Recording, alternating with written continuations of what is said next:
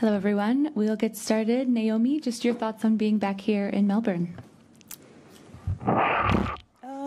Whoa. Is this supposed to be this low? I think it's working, yeah? Is Okay. it good? Okay. Okay, cool. Sorry. Thoughts on being back in Melbourne. I mean, for me, it's probably the place that I hold, here in New York, the best memories of my career, and Tokyo. But yeah, I'm just really happy to be back, and I came here from Auckland, and it was a little rainy, so it's good to be in the sun. Perfect. All right, questions? Yeah, we'll go ahead here. Tennis Australia. I read that you had an MRI scan after Auckland. I was wondering if you'd be happy to share the results of that and what your shape is after that injury coming into this tournament. Well, I'm normally a really honest person, but I probably won't answer your question honestly. But I mean, the MRI wasn't great. It wasn't like fantastic, but it wasn't bad at the same time. So, saying all that to say, I'm pretty optimistic about playing my match. For sure I'm going to play my match. And yeah, I've been practicing pretty well for the 2 days that I've been here, so seems to be going good. Ben, yeah. Ask about your deja vu first round here against Garcia. What was your thought when you saw that? And I guess I feel like you've gotten to know her better also over the last year as well. So can you just talk about seeing her again and what's changed between you two in the last year? Yeah, I honestly thought, I asked Stuart, and I thought he was joking when he said that. But I don't know. I feel like we haven't played in a couple of months, so maybe it was to be expected too. But yeah, I would say my relationship with her, it's definitely grown a lot. I can't say like we're BFFs, but I really respect her a lot, and I feel the same energy coming from her. And I also like the fact that we were born on the same day. So we have the same birthdays, so I can't ever have bad blood with a fellow Libra. Yeah, right here. Tennis Australia. I was just wondering what your mindset was like for going into the first Grand Slam of the year. How are you feeling going into it? At a place that you've done so well at in the past. I think my mindset now is probably the most clear it's been in a very long time. Obviously, I did pretty well in Auckland. Like I know I debatably lost in the final, but in my head I kind of won it, and for me that's definitely a new career stat because I've only ever been to the semis in tournaments before this one. So I'm really excited to play here, and I'm also excited to be here with Patrick because we technically haven't lost yet. So it's going to be a good run, I think. Yeah, Matt. Hey, Naomi. How do you compare where you were a year ago when you were showing up here and coming out of the maternity leave, and how things have changed in the last year, and how your brain is in a different place now? How do you compare those two sort of mental exercises? I would say when I came here last year, it was kind of like hopes and dreams, and me sitting here is like reality.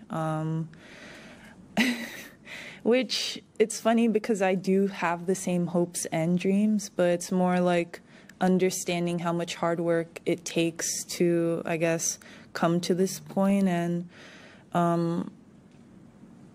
very transparently for me, I feel like the tennis was kind of always there in a way. It was just the belief of feeling like I can string together victories if the conditions were bad or if I thought I wasn't playing as well as I could have. So I feel like I've learned that throughout the course of 2024 and I guess Auckland as well. And I would say I am a little bit of a different person now, hopefully. Charlie, and then just behind, yeah. Before matches and then during, What are the kind of rituals you have for eating and drinking and fueling? Like, do you have a set menu that you always have? Do you change it up? Sorry, I'm just laughing at a thought, not your question. I am a little bit of a superstitious person, so I do kind of have rituals that I like to, I guess, keep in order. And I also, knock on wood, would hate to get food poisoning from switching it up. So I typically do eat the same thing before every match, breakfast, lunch, and dinner. I haven't eaten breakfast here yet, but I would assume it would consist of like smoked salmon, because that's what I always do, smoked salmon and eggs. And then before matches, I always eat like rice and chicken. And then dinner is the wild card. Yeah, just behind you. Yeah, go ahead. Hi, Naomi. I'd just like to ask about Yutaka Nakamura, who's started working with Raducanu. If you could just share some of your memories of working with him and what you think it is about him that makes him so good at what he does. You're going to hate to ask me this question. I'm not going to give you anything. What I remember about Yutaka, I mean, he's great at his job. He's super funny. He loves to take selfies. He loves sushi, so she's going to be at every sushi restaurant in town. And yeah, he's just an overall really kind person. That's something that I remember about him a lot. He's just very kind, very empathetic, and he's just lovely. You're welcome for this very detailed answer. All right, last two English questions, Russell and Catherine, yeah. My name is Russell Fuller from the BBC. I know when you lost that final, in quotes, in Auckland, it was very upsetting at the time. How much of a big deal is it for you to win a first title since you came back to the tour? I don't know how you define success these days, whether that really matters to you. Yeah, I mean, in that moment, it was devastating. I felt like it was basically like I could touch it, you know, and it just sucked because I felt like my body wasn't keeping up with what my mind wanted it to do, and obviously I was very concerned about my chances playing here. So I felt like the best decision was to pull out, even though I really didn't want to. But yeah, it's also, in my mind at that moment, it was like an accumulation of losing in first rounds in 2024 and wanting and hoping to eventually get to a final. And then obviously when I did, I couldn't play anymore. So yeah, I'm kind of strangely over it now. Like 30 minutes after that happened, I was over it because I felt like I'm playing really well and I can only just keep continuing and hopefully I'll get to another final. All right, last English question, Catherine, yeah. Hi, Naomi. I just wanted to ask about the process of physical training postpartum.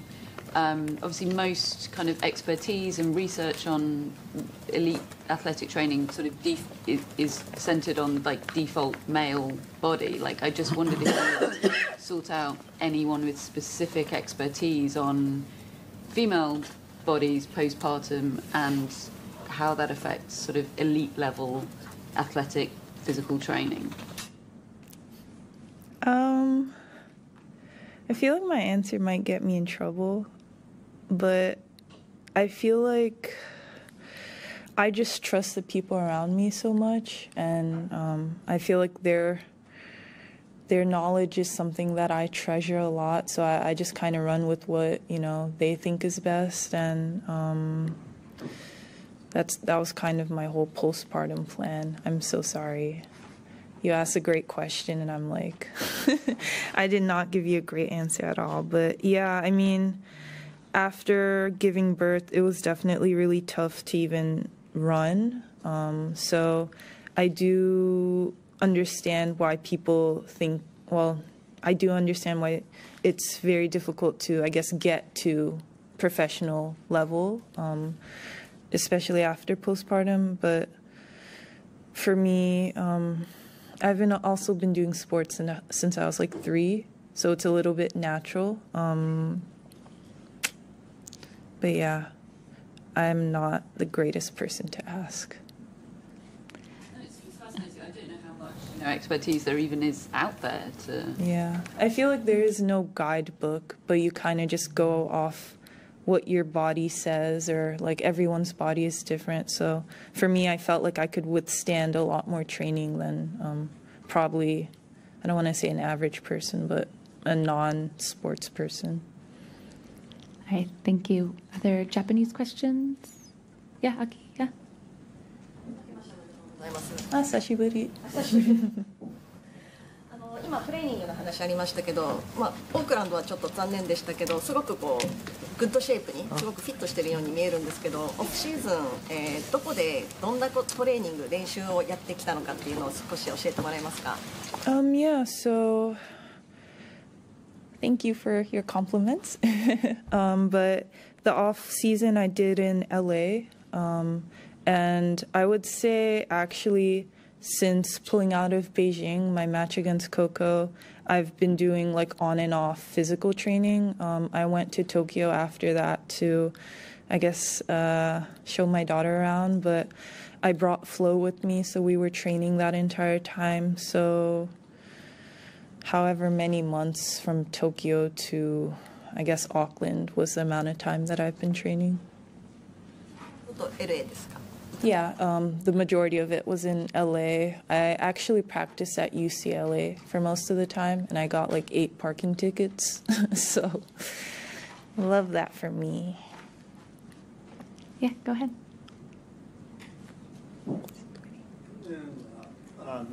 長いブランクからスタートして、ちょっと大変な年だったと思いますけれど、今年は1年間どういうふうにして戦ってどういうゴールを目指してますか？